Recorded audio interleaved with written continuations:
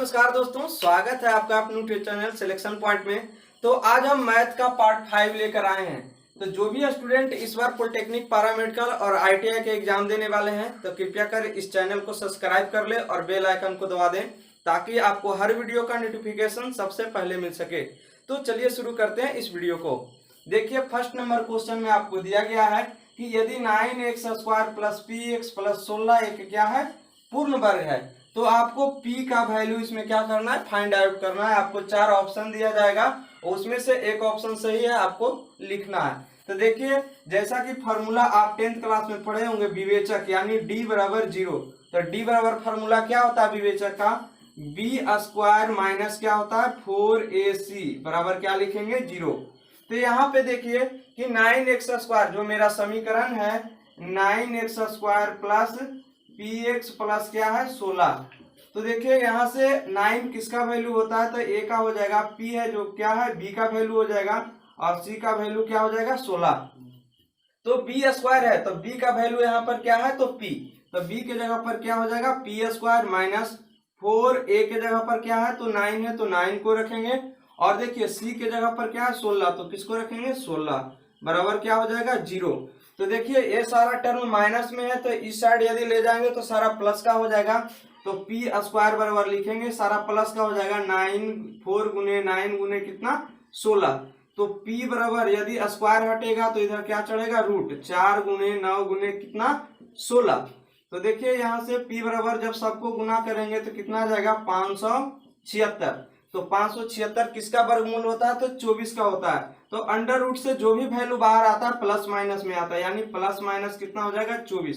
तो इसका right answer कितना है प्लस 24 भी और माइनस 24। तो देखिए कौन सा ऑप्शन है प्लस 24 और माइनस 24 है, तो ऑप्शन नंबर डी बिल्कुल राइट है। दोस्तों हम सेकंड नंबर प्रश्न की तरफ बढ़ते हैं। देखिए सेकंड नंबर प्रश्न में आपको दिया गया है यदि थीटा एक न्यून कोण है, न्यून कोण किसे कहते हैं जो 90 डिग्री से छोटा होता है, और अधिक कोण किसे कहते हैं जो 90 डिग्री से अधिक होता है उसे अधिक कोण कहते हैं। यहाँ पर आपको थीटा एक न्यून कोण दिया गया है, इसका मतलब है कि थीटा का जो भी वैल्यू है 90 डिग्री से क्या छोटा है। तो आगे देखिए क्वेश्चन में दिया गया है 7 + 4 sin थीटा बराबर 9 हो, तो आपको थीटा का वैल्यू निकालना है। आपको समीकरण में दिया गया है 7 + 4 sin थीटा बराबर 9, यानी आपको जैसा दिख रहा होगा 7 और इसका मान यदि 2 हो जाए तो जोड़ के कितना हो जाएगा 9।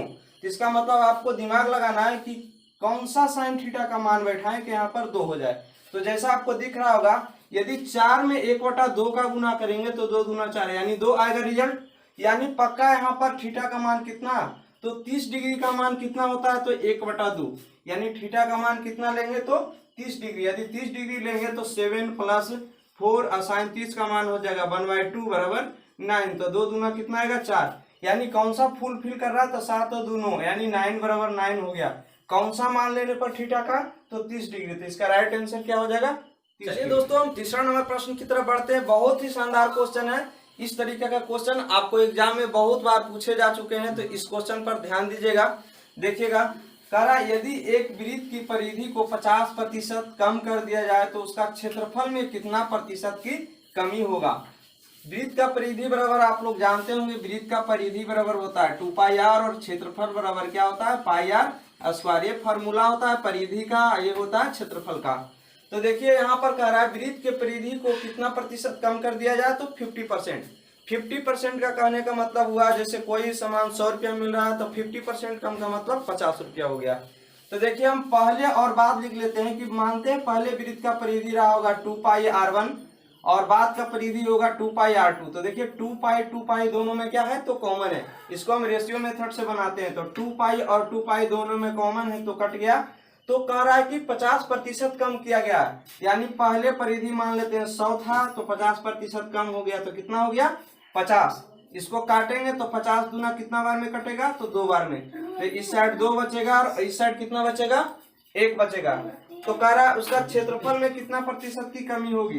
तो क्षेत्रफल का फॉर्मूला क्या होता है वृत्त का πr², तो हो जाएगा πr1 का स्क्वायर, फिर होगा πr2 का स्क्वायर हो जाएगा। तो पाई कॉमन है दोनों में कट जाएगा, तो r1 का स्क्वायर यानी 2 दूना 4 और 2 का स्क्वायर कितना है 1 का स्क्वायर 1। तो कितना प्रतिशत की कमी हुई होती, पहले 4 था क्षेत्रफल अब कितना हो गया 1, तो कितना का कमी हुआ 3 का। अब निकालना हमको प्रतिशत में, प्रतिशत कमी। तो प्रतिशत कमी बराबर होता है कमी अब बटा पहले का जितना था बटा 4, और प्रतिशत के लिए कितना से गुना करते हैं तब 100 से गुना करते हैं। तो कितना बार में कटेगा 25 बार में, यानी 25 दिया कितना हो जाएगा 75%, यानी कितना प्रतिशत का कमी हो गया 75%, यानी ऑप्शन सी राइट हो जाएगा। चलिए दोस्तों हम नेक्स्ट क्वेश्चन की तरफ बढ़ते हैं। नेक्स्ट क्वेश्चन में आपको दिया गया है x प्लस वाई का whole square plus x square minus y square का क्या निकालना है गुणनखंड। गुणनखंड का मतलब आप लोग जानते हैं क्या होता है। जैसे गुणनखंड का मतलब होता है जैसे 20, तो 20 का एक गुणनखंड क्या है तो 5 भी है और 4 भी है। चूंकि 5 से 20 भी कटेगा और 4 से 20 भी कटेगा। गुणनखंड का मतलब होता है उससे कटना चाहिए। जैसे 6 है तो 6 का गुणनखंड कितना हो सकता है 3 और 2, चूंकि 6 3 से भी कटेगा और 2 से भी कटेगा। यानी आपको इस संख्या का गुणनखंड निकालना है। इसको हम शॉर्टकट ट्रिक से आपको बताते हैं, बहुत ही लाजवाब तरीका है। तो देखिए यहाँ पर x और y दो वैल्यू आपको दिया गया, यानी x का मान अलग मान लेते हैं और y का मान कुछ मान लेते हैं।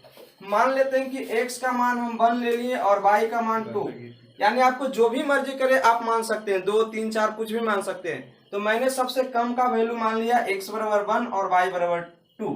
तो इस समीकरण में 1 और 2 को मान रखिए, यानी समीकरण में हम रखेंगे x प्लस समीकरण दिया गया है आपको x प्लस वाई का square plus x square minus y का स्क्वायर। तो देखिए x का वैल्यू 1, यहाँ पर रखेंगे 1 प्लस 2 का होल स्क्वायर होगा प्लस x का स्क्वायर, तो यानी 1 का स्क्वायर माइनस वाई का मान कितना है तो 2 का स्क्वायर हो जाएगा। तो 1 प्लस 2 कितना होगा 3 का स्क्वायर 9, 1 का स्क्वायर 1 और 2 का स्क्वायर 4, यानी रिजल्ट कितना है 9 और 1 10, 10 में से 4 गया कितना बचा 6। यानी मान हम कुछ रख दे एक्स वाई का, था कितना आ गया 6, यानी 6 का गुणनखंड कितना होगा 2 और 3 होगा। यानी जिसमें 2 या 3 जिसका भी मान आ गया ऑप्शन में x का वैल्यू रख के वही इसका आंसर हो जाएगा। तो चलिए ऑप्शन नंबर ए को हम चेक कर लेते हैं, कितना है 2x, यानी 2x का मान कितना रखेंगे 2, तो 2 भी इसका आंसर हो सकता है, लेकिन आगे भी हम चेक कर लेते हैं। ऑप्शन बी में हम जब रखते हैं, ऑप्शन बी है x माइनस वाई, यानी x का मान 1 और y का मान 2, तो इसका कितना आ गया -1, जो कि माइनस में गुणनखंड नहीं हो सकता। तो ऑप्शन बी आपका कट गया। ऑप्शन सी में देखते हैं x प्लस कितना है 2y, x प्लस 2y, तो x का मान 1 और 2 और y का मान 2, यानी 2 दूना 4 है कितना है 5, तो 5 भी इसका गुणनखंड नहीं है, तो ये भी कट गया।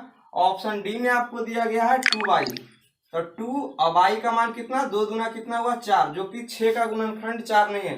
तो इसका राइट आंसर ओनली 1 कौन सा ऑप्शन हो जाएगा ए, सभी कट गया, तो ऑप्शन ए नंबर इसका राइट हो गया। चलिए दोस्तों हम नेक्स्ट क्वेश्चन की तरफ बढ़ते हैं। आपको क्वेश्चन में आपको दिया गया है कि 24 सेंटीमीटर और 10 सेंटीमीटर विकर्ण वाले सम चतुर्भुज का परिमाप क्या होगा। परिमाप का मतलब क्या होता है, परिमाप का मतलब होता है जो बाहर बाहर से आकृति आपको होती है, यानी ये भुजा 3 है, ये 4 है, ये 5 है, तो इसको जोड़ने परिमाप का मतलब होता है सभी भुजाओं का योग, चतुर्भुज रहे या पंचभुज रहे चाहे कुछ भी रहे, यानी सभी भुजा का योग उसका क्या कहलाता है परिमाप कहलाता है। तो आपको क्वेश्चन में दिया गया सम चतुर्भुज, आप एक सम चतुर्भुज आप बना लीजिए। देखिए हम सम चतुर्भुज बना देते हैं, इसका नाम दे देते हैं ए बी सी और क्या डी। आपको दो विकर्ण दिया गया है 24 सेंटीमीटर और कितना सेंटीमीटर 10 सेंटीमीटर। तो विकर्ण क्या होता है तिरछे, ये विकर्ण कहलाता है, ये पहला विकर्ण है, ये दूसरा विकर्ण है। तो पहला विकर्ण के बारे में कह रहा है 24, यानी देखिए विकर्ण जो पहला विकर्ण था 2 पार्ट में बट गया, यानी यहाँ से बीच 2 पार्ट में इसको हम बट गए। तो ये 24 सेंटीमीटर है, तो कितना हो गया इधर इस साइड यहाँ से यहाँ तक 12 हो गया, इसको ओ नाम देते हैं इस बिंदु को। तो इस साइड भी कितना हो गया 12, यानी 12 12 24 हो गया। और ये विकर्ण कितना है सेकेंड वाला 10 है, तो कितना हो गया 5 और 5। तो देखिए यहाँ पर कितना डिग्री का कोण बनता है तो 90 डिग्री का, सभी जगह कितना 90 का कोण बन रहा है, सभी जगह कितना का 90, अब पूरा मिला के कितना होता है 360 वृत्त पे। तो 90 के सामने वाला भुजा क्या होता है कर्ण होता है। तो ट्रिपलेट से आप लोग जानते होंगे 5 12, तो कर्ण कितना आएगा 13। ठीक इसी तरह से यहाँ पर भी देखिए 5 12, तो ये कितना आएगा 13। ये भी देखिए कितना है 5, ये कितना था 12 था, तो 5 12 ये कितना आएगा 13। ये भी है 5 ये 12, तो ये कितना आएगा 13। तो परिमाप का मतलब होता है सभी को जोड़कर, तो सभी को जोड़ दिए 13 प्लस 13 प्लस 13 प्लस 13, यानी परिमाप बराबर कितना हो गया सभी भुजाओं का योग, यानी 4 गुने 13, यानी 13 चौक कितना सेंटीमीटर तो 52 सेंटीमीटर। तो इसका राइट आंसर हो जाएगा ऑप्शन सी, यानी 52 सेंटीमीटर।